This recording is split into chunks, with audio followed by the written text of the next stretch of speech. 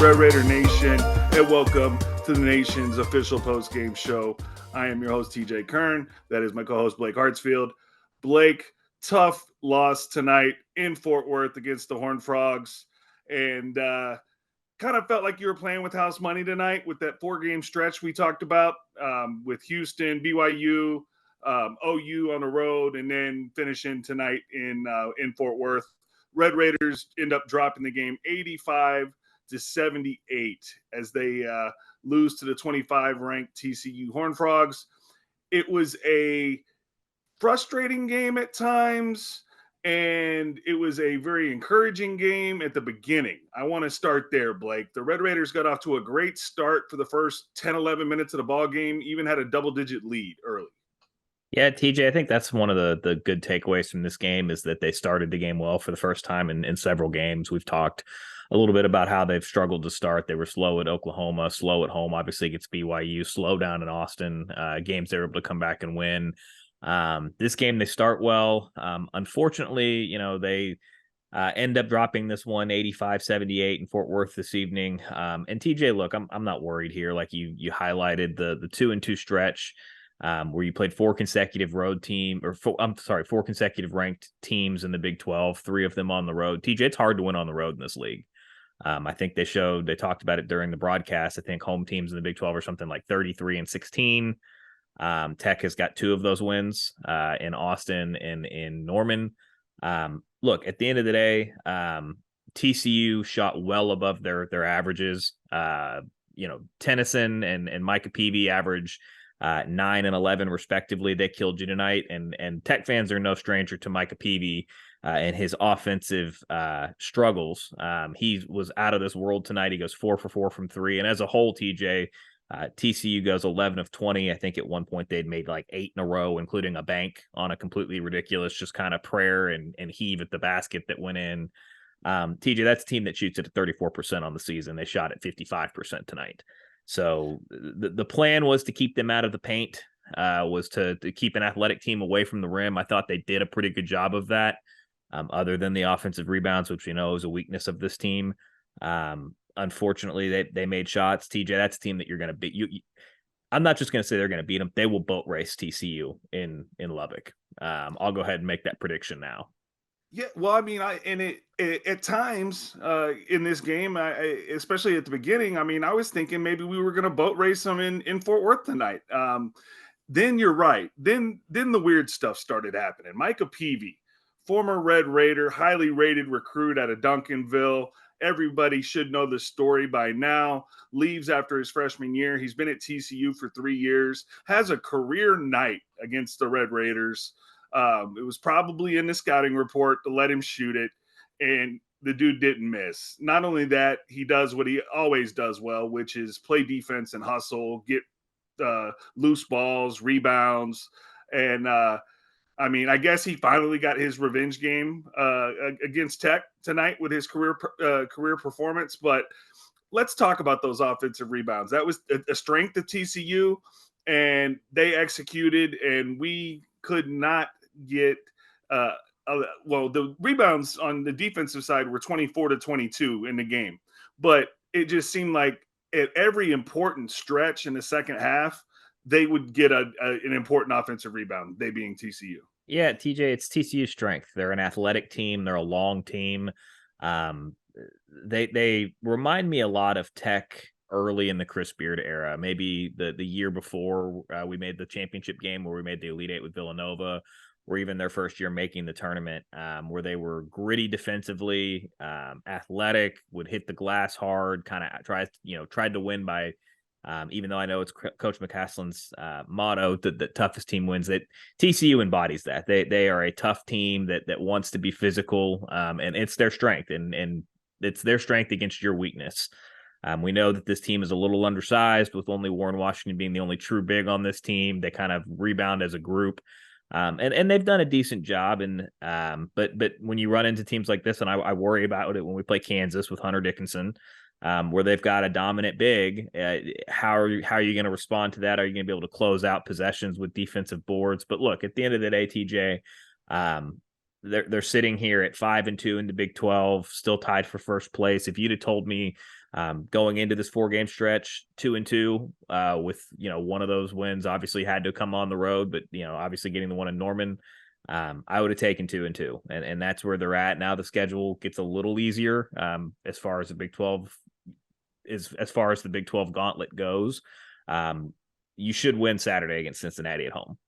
I suspect after 2 games, and I know we're not big officials guys, but I think Austin Massey even put out a tweet today during the game that the last 2 games on the road, tonight in Fort Worth and Saturday in Norman, Tech got worked pretty good. They were able to overcome it in Norman. They were not able to overcome some of the ridiculousness tonight, highlighted by that just atrociously bad flop Flop? call on Pop Isaacs, where the guy lands in his shooting space, and it should have been an and 1 for a 4-point play. That's a 2-point swing in a tightly contested Big 12 game. Those matter at the end of the day, and it was the timing of it. Tech had made back-to-back threes, had closed the gap, and then all of a sudden TCU was able to stretch it back out, and Tech had to go back to work to regain the ground that they had already made up. So I suspect they'll bounce back Saturday and win comfortably against Cincinnati. And this is a team that, like I said, I'm putting the call in now. They will boat race TCU in Lubbock. TCU is not going to shoot 55% from 3 again. And if Grant McCaslin comes in with the same plan and you even get average officiating that's somewhat balanced, Tech wins that game comfortably. Yeah, I mean, Micah Peavy's not going to score 18 points. The Tennyson kid averages 9.5. He finishes with 23. Jacoby Coles finishes with 12 tonight for TCU. And man, just looking at this TCU box score and this roster, I mean, Charles O'Bannon Jr. and Jameer Nelson Jr. Are you seeing the gray in my beard, brother? Yeah. Because I grew up watching their dads play ball, and now they're old enough to be college D1 athletes. That's true, TJ. I hear you. I remember watching his dad. I believe it was St. Joe's, right? They were a 1 seed one year, and I want to say Tech played them in like the second round or something like that way back in the day. I think we were an 8 or 9 seed and lost to him, but I could be misremembering that. Anyway, as far as and just a side note, real quick, I don't know if you know this, Charles O'Bannon and Ed O'Bannon, his twin brother, they're the ones that got this whole NIL thing started. Oh, I did not know that. You Yeah, learned something. so the NIL thing came about from the O'Bannon brothers filing a lawsuit a while back, and it was in the courts, and I think it might have even went all the way to the Supreme Court. But yeah, I mean, with the NCAA profiting off, name, image, and Sure. likeness. So there's a little trivia tidbit for you. Yeah. But all in all, tonight, Blake, like there were a lot of ridiculous things that happened on the court, and you got beat, and You you did. finished this important stretch 2-2. You're still at the upper levels of the Big 12. And this loss doesn't hurt you, TJ. This to be at the top of the Big 12. And I even text you. I was like, look, this game is kind of house money. I mean, if we can get this one, man, I would have been really thrilled. But the fact that you finished that tough stretch, and we've talked about the schedule down the stretch kind of being a little bit easier. Raiders as we conclude the Big 12 season here. But man, looking at the box score real quick for Tech, I do want to highlight the big fella. Feed the big man. 14 points from Warren Washington. They just don't do it consistently enough for me. Yeah, I've been a proponent of giving him, like I said the other day, TJ, on our podcast, 4 to 5 touches a half. He goes 6 to 7 from Florida at 14 points. I think you did a great job summarizing things, like you said. 2-2 through the stretch, as we've mentioned, was important. The schedule opens up. TCU played an exceptional game as far as their ability to shoot the basketball team that typically struggles to do that. Shot it at a really elite level and unusually well this evening. As far as stuff within their own house that they can clean up, TJ, and I think you texted me during the game, but I know he's one of your guys, but Joe Tuassant's got to play better. He has struggled these last 2 road games in Norman and tonight in Fort Worth. 6 points, but we've talked about the lack of scoring, right? And how that's going to be, there's going to be games that he scores more and other games where he doesn't score. That's not the concerning number to me, TJ. It's the 8 turnovers that he committed this evening. You can't have that from your floor general, from your fifth year senior point guard. We got to get those, reeled back in, get them playing under control again. And I think a lot of good things will come from that. He does finish with 9 assists, but like you said, the 8 turnovers tonight for Joe Toussaint, and he's struggled in this 4 game stretch big time in the scoring department, where he was pretty much in double figures on a nightly basis before that. Yeah, absolutely. Like I said, not a guy I'm worried about. He's tough. He's been in the Big 12. He knows the grind. Um, I am a betting man, as you know. I suspect that he will have a nice bounce back game offensively against Cincinnati at home on Saturday. And TJ, this is kind of a get right game after a frustrating game this evening where the Red Raiders did not play poorly. Despite TCU's exceptional shooting, despite several very questionable calls that went against them when they were trying to come back in the second half. With 3 minutes to go, they pulled to within 75-70. There was 5-point game, which you're very much in that game. It's an opportunity to steal one that you probably didn't deserve, given how well TCU shot the ball this evening. But they gave themselves a chance. That's a testament to this culture that Coach McCaslin has put in place in such a short amount of time. And again, not worried about this group. I fully expect them to bounce back Saturday and win fairly convincingly against Cincinnati. And before we completely move on to Saturday, I do want to point out and bring up Pop Isaacs tonight. 25 points, 9 assists, 5 rebounds for Pop tonight. Played a great game. I love the effort that he's putting on the defensive end. The announcer was even like, "You got to go at him. He's small. Blah blah blah. You got to attack Pop. That's got to be the game plan." But I love the effort that I'm seeing from Pop on the defensive end. And then, of course, he scores 6 points above his Big 12 conference leading average of 19 and a half a game. Yeah, Pops has been great. And TJ, if he keeps this up for another 4 or 5 games, I don't know how they can have a player of the year conversation in the Big 12 and him not be in it. Um, I think ultimately, Cryer at Houston or Dickinson for Kansas will probably end up winning it when it's all said and done. But if Pop Isaac keeps this up and Tech continues to win games and stays in the top 2 or 3 in the Big 12 standings to the end of the year, that conversation can't be had without him in it, the way he's playing. No doubt about it. And then here we go again, back-to-back games for my guy, Chance McMillan. 19 points, continues to play well for the Red Raiders. Instant offense, TJ, and this team desperately needs it. He's, in my opinion, the second best player at being able to create his own shot on this team. He's also great at running around picks and spacing the floor for set jump shots. But he's just a really important player. He's really a starter, even though he comes off the bench, and we need his scoring to continue. Yeah, kind of that Jason Terry role for you old Mavs fans out there, where he doesn't start the game, but he damn sure finishes it. You know who he reminds me of as far as Tech basketball, TJ? Brandon Go ahead. Francis. Brandon Francis from the team that went to the title game, who he came off the bench. He was the quote unquote sixth man. But man, if there wasn't every game that Tech progressed in March, it felt like Brandon Francis would come off the bench and hit 3 or 4 big shots and give you 12 to 15 points and was reliable on that corner 3. And that's the guy who he reminds me the most of. In terms of, I mean, I think he might be better. He I, might be a better player than Brandon Francis I was. was I was about to say, I think his ceiling is Correct, ridiculous. because you were getting that from Francis when Francis was a senior. This is as a sophomore, right? So I think he certainly has a higher ceiling, and he might already be better. But that's the kind of comp that he reminds me a lot of. Is he kind of reminds me a lot of Brandon Francis. He's a very important player to this team. As we continue here, I was kind of worried. We were texting about it. It looked like He's he fine. had an ankle injury, Yeah, he's but fine. he did come back into the game. So Yeah. hope he's okay. He's got normally it's a midweek game, right? Normally you play like Wednesday, Saturday, so they get an extra day of rest playing on Tuesday.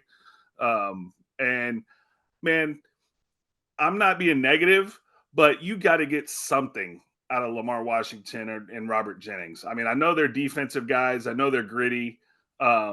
But I think at this point, TJ, any offense that you get from those two, if you could get 4 points combined a game, I think that you'd take that in a heartbeat. They're not there to score. They're not gonna score. They're out there to eat minutes and give some of the key guys breaks. And it's really good, really refreshing to watch McCaslin kind of steal minutes for Washington. If you'll notice, he usually like tries to pull them out like a minute before a scheduled media break at the 4 minute increments.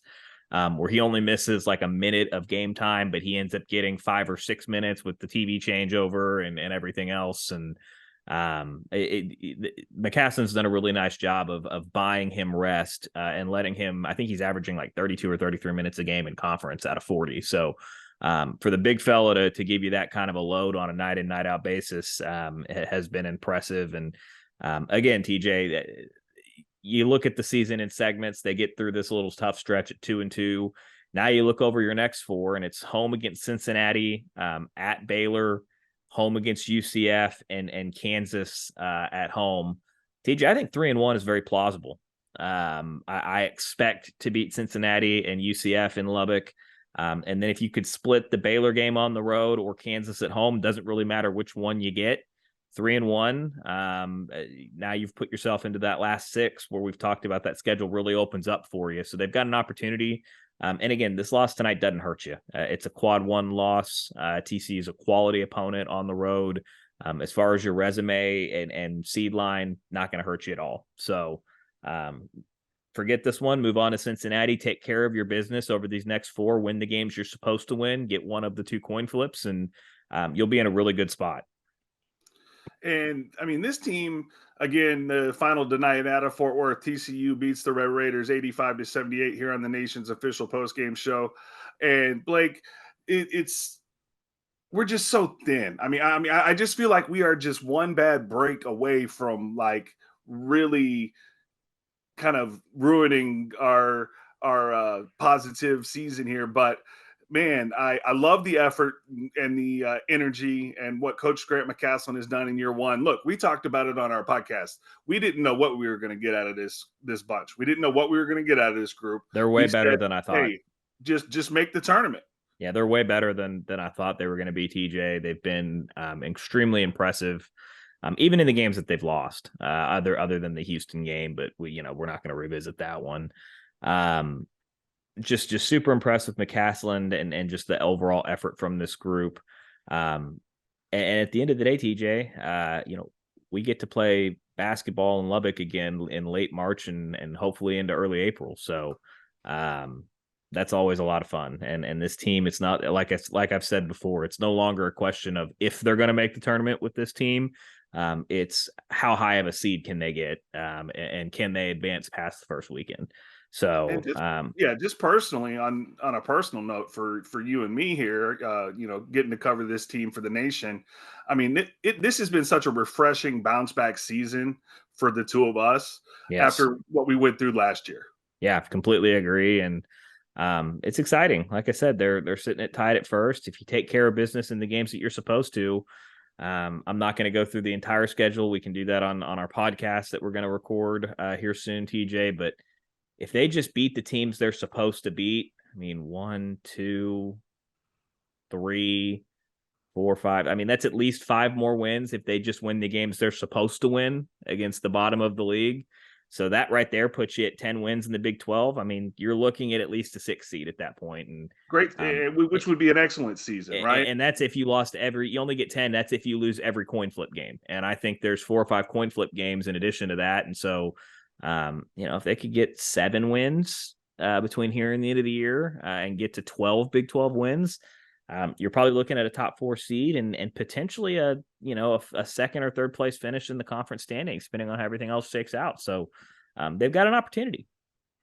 They do have an opportunity. Blake, want to thank you tonight hanging on with me. I know you had baby duty earlier during the first half. So, hey, just remember to teach him his first word is going to be wreck him. Yeah, it's not duty when it's yours. It's just parenting at that point. But if I have any, it's funny, as people who've listened to our podcast know, I'm a split house. So my wife is a TCU alum, and she's always trying to deck them out in little TCU gear and putting them in purple. But Even she has conceded privately. Now, she won't say this publicly around her family or friends, but privately, she has conceded that he will most likely be a Red Raider when it's all said and done.